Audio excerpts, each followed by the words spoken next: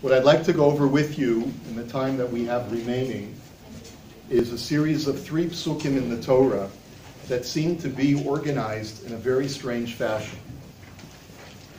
The Torah in PARSHA Mishpatim deals with a lot of very important mitzvos that this incipient nation, the Jewish people, this nascent people, are being given these new commandments, and they need to know all of the things that extend beyond the 10 commandments. One of the 10 commandments is of course, kabedas avicha vesimecha, the 5th commandment of honoring your mother and father.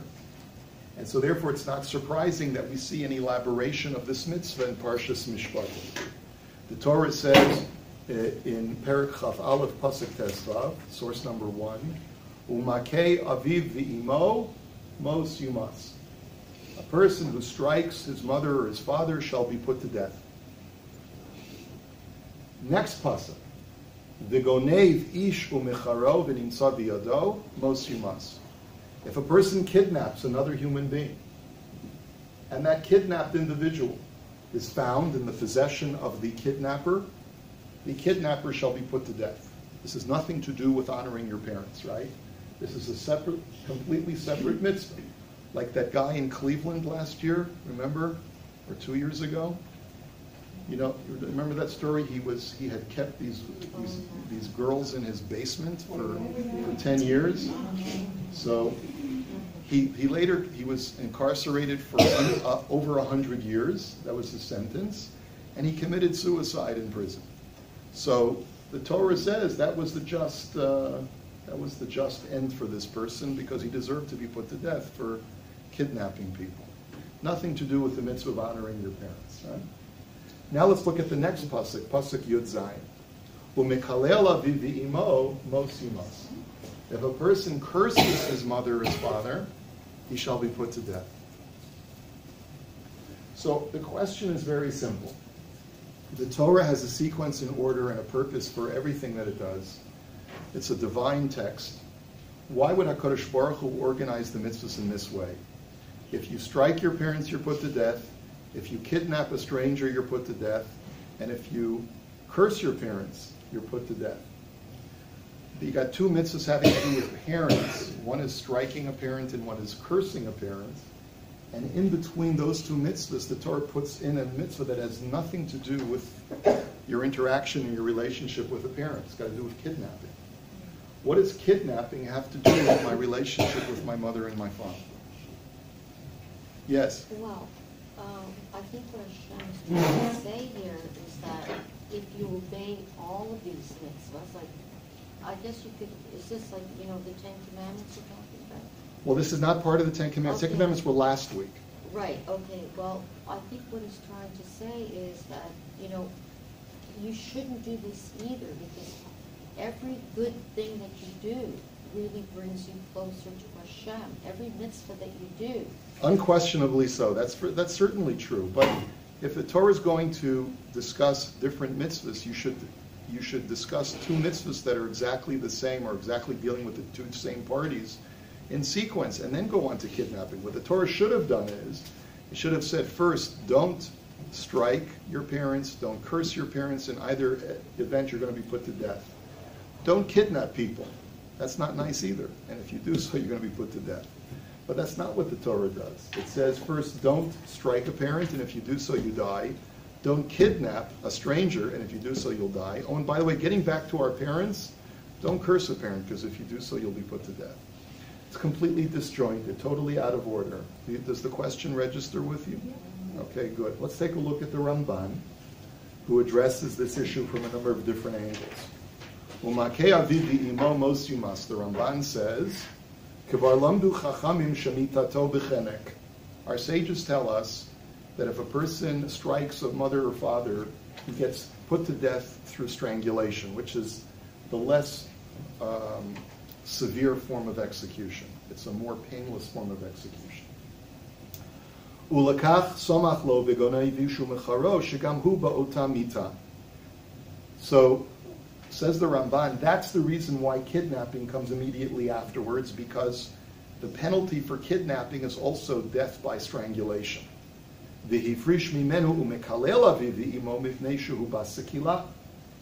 And that's why cursing a parent is mentioned afterwards, because the method of death penalty is different from the other two. When you strike a parent or when you kidnap a stranger, you get death by strangulation. When you curse a parent, the penalty is worse. You get the death penalty through stoning. And stoning is a much more prolonged and painful process of execution. And that's why the Torah separates it out. Shenemar bo aviv imo kilel damav bo v'chol mi shenemar bo kol hashon hazeh hu b'skila. And the Gemara derives this, the Gemara in Sanhedrin derives this from the language that the Torah uses for execution when a person curses his parents. Nilmad mima shekatuv be'eben yirgemu otam d'meihem bam, because whenever the Torah says their blood shall be upon them, we derive from another pasuk that means they get death by stoning. So now, of course, the question is very natural. Okay, so Ramban, you've given us a reason why the Torah separates these two mitzvahs having to do with dealing badly with your parents and separates them out. Okay, I understand that. One is death through strangulation and one is death through stoning. But then the question becomes, why should a person who strikes his parents get a more lenient form of execution than a person who curses his parents? Why is cursing more severe than striking a parent? Would a parent rather get punched in the nose, or would they rather get cursed out by their child and not have to get a bloody nose? Which one is worse? So it seems like from the Torah that a child who curses their parent is worse. So why is that? So he says, "Behechmir b'mitat hamikalel yoter mimitat hamakeh, mipnei shechet haklala matzui yoter." He says the reason is because it's much more likely or much more prevalent that a child will curse their parents more than a child will strike their parents. Shehakesil ka'asher yichos v'hitkatzef v'kilel b'malko u've'aviv v'imo tamid kol hayom. He says, foolish people say foolish things all the time. It's much more uncommon for a person, even who has a temper, to pick up his fist and strike someone that he's upset with. And so therefore, because it's much more common, it's much more prevalent, the Torah has to be much more admonishing about it and tell you that the penalty is really, really bad. And that's why when you curse a parent, you get an even greater punishment.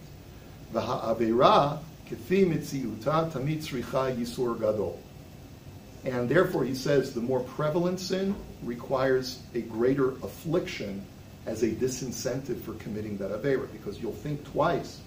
You get really upset, you lose your temper because your mother is hocking you a chinik, right? And you really have this desire to just say, Mom, it's enough already. Why da-da-da-da-da-da-da, right? And you really want, it's on the tip of your tongue.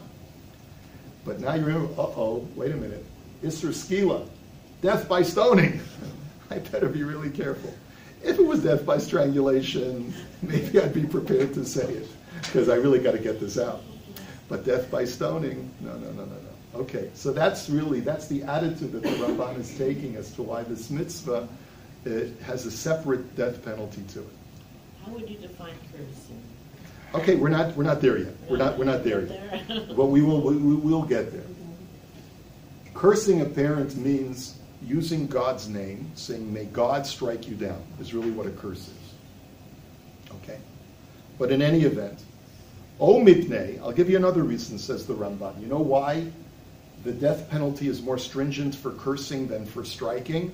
Mitnei sheyesh b'klal achet gadol yoter shehi b'hazkarat Hashem.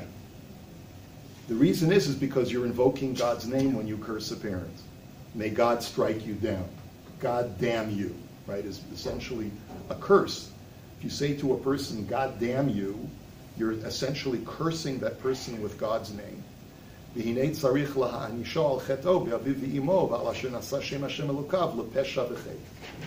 therefore, it's a double offense.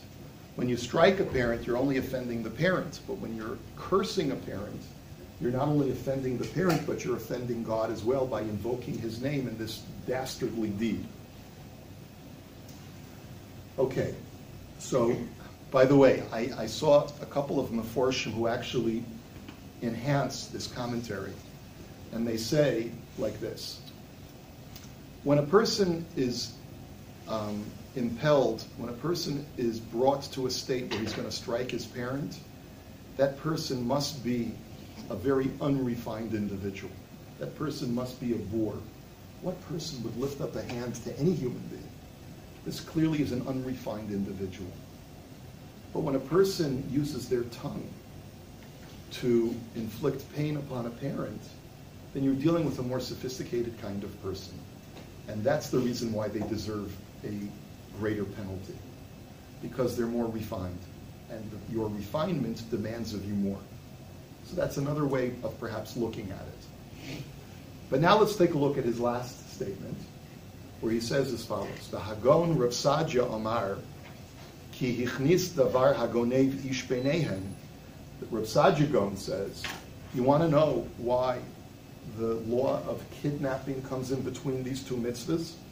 Is because ve'avur ki al harov hanignavim hen ketanim v'yigadlu. Excuse me. I had a tickle in my nose. Okay. He says, because most of the time, who is kidnapped? What kind of people are kidnapped?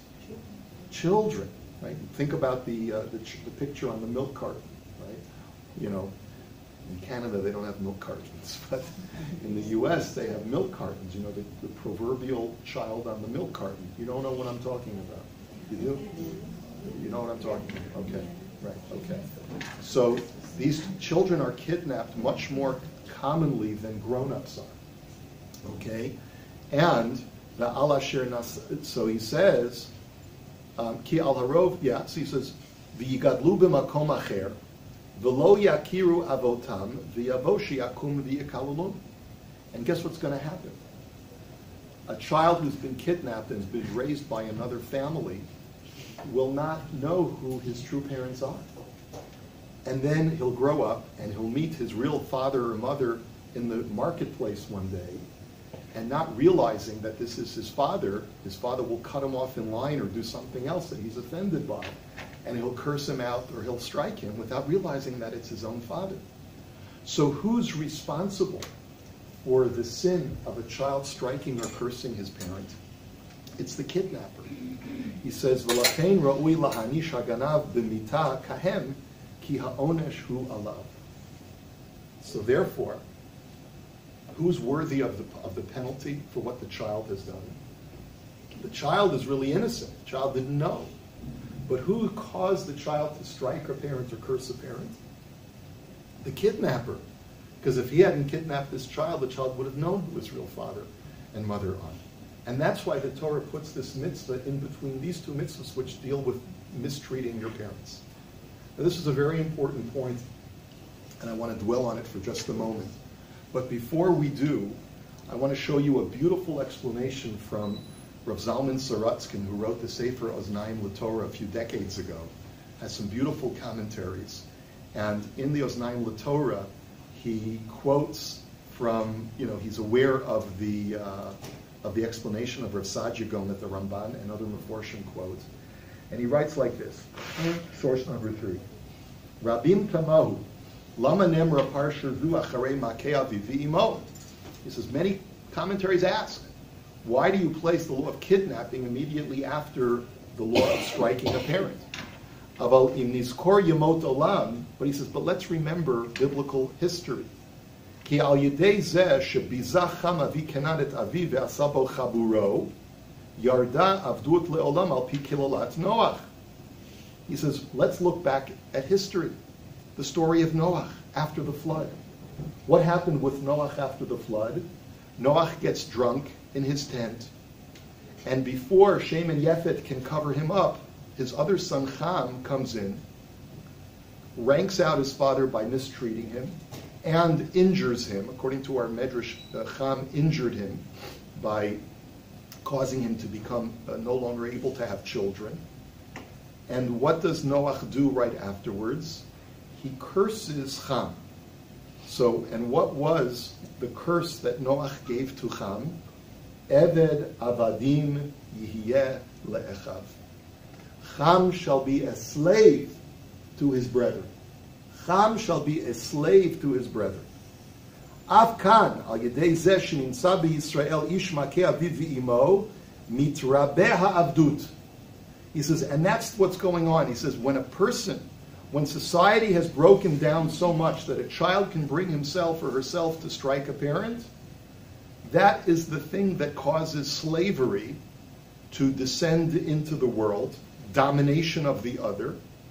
V'nimsa gonev nefesh miYisrael u'mitamer bo u'mecharel la'eved. What do people kidnap? For what purpose do people kidnap other people? Think about the ancient world. Think about the slave trade in the 1800s. People came from the United States and kidnapped people in Africa and brought them over. What did they kidnap them for? To sell them into slavery. So he says, "Ulefichach nemer parsha zu kodem u'mekalel sharicham lo kilelet Noach." He says, that's the reason why it's written before the portion of the Mekalel. In other words, Ham injured his father Noach, but he didn't curse him. So therefore, put the law of slavery, which starts with kidnapping, immediately after the law of one who strikes his parents. Because if people start striking their parents, that causes slavery to descend into the world. Now, I want to take these two ideas, the idea of Reb Saadia Gaon, that kidnapping causes children to strike and curse their parents because they don't know who their parents are, and therefore the kidnapper has to bear the brunt of that offense. And I want to take Reb Sorotzkin's explanation about how striking a parent causes slavery. And we're going to put those two together. The idea is like this. Today, when people go through very difficult stages in life, they often come back to their parents.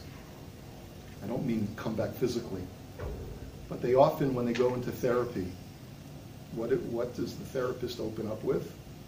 Tell me about your parents. Tell me about your childhood. Tell me about how you grew up. And in modern psychology today, a very large part of a person's disposition is analyzed through a lens of what injuries and scars did they sustain in their childhood, in their upbringing through their parents. And there's no question, most of us in this room are parents, and we all know the damage that we have inflicted upon our children. All of us are children, and all of us therefore invariably bear the scars of the parenting that we received from our parents. We also bear some of the beauty marks of that upbringing, but we also bear many of the scars as well. And so we all know too well that some of the things that make us the way we are is because of the parenting that we received. And we also are aware, many times to our great shame, that some of the stigmas that our children bear are because of some of the things that we have done incorrectly in raising our own children. Can we agree to that? Do we agree? Does anyone want to disagree with this? Can we agree? Okay. What Rabbi Saadia Gaon has told us is that a lot of times, if you cause a child to curse or strike a parent because you've stolen that child's childhood, you've stolen that child's ability to grow in a healthy family relationship, then you bear the blame if that child goes ahead and curses the parent or strikes the parent. And if I can extend it just ever so slightly, this idea, it doesn't just apply to a kidnapper, but it applies to me as well.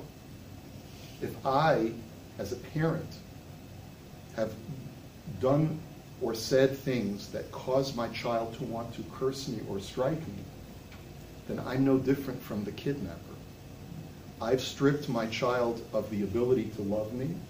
I've stripped my child of the ability to care and respect me properly. And therefore, I have to assume some of the responsibility of that child cursing me and striking me. And so there's no question in my mind that one of the reasons why the Torah put this mitzvah of kidnapping is that we're all guilty to one degree to one slight degree or another, of kidnapping our own children and taking away from them the ability to properly honor us the way the Torah wants them to honor us because of the mistakes that we've made in parenting. But I also want to flip that over as well, lest you become riddled with guilt and incapable of moving forward because of all of the mistakes that we've made as parents. It's very, very important to also recognize what Rav Sorotskin has said. He says that when people start striking their parents, that's when slavery begins in the world. That's why Ham became a slave to his brethren. But he doesn't explain what the corollary is. What's the connection?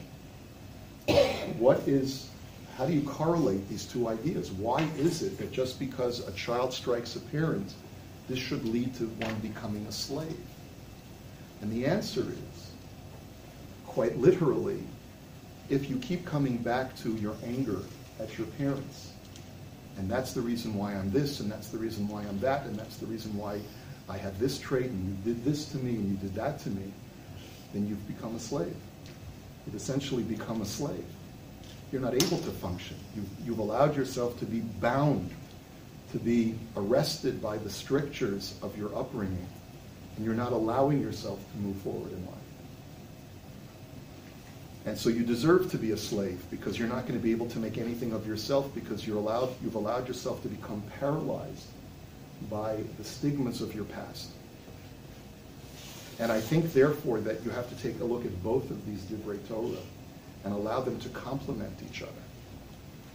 It's true that we as parents sometimes have been guilty of kidnapping, that we've taken the childhood and the innocence and the ability to act as a proper son or daughter to us, and we've taken that ability away from our children. And we haven't allowed them to be able to shower us with the honor that the Torah wants them to. Even to the point sometimes of them wanting to strike us or wanting to curse us. But at the same time, I as a parent have to finally stand up and say to my child, don't be a prisoner of your own device. Don't allow yourself to be a prisoner of what I said or did to you when you were a child 20 or 30 years ago. You've got to learn how to live and move on. Otherwise, you're going to be a slave for the rest of your life. So, just like in so many areas of the Torah, we've got to maintain a healthy balance. And that's just what I wanted to leave you with today. Okay? Have a wonderful day, everybody.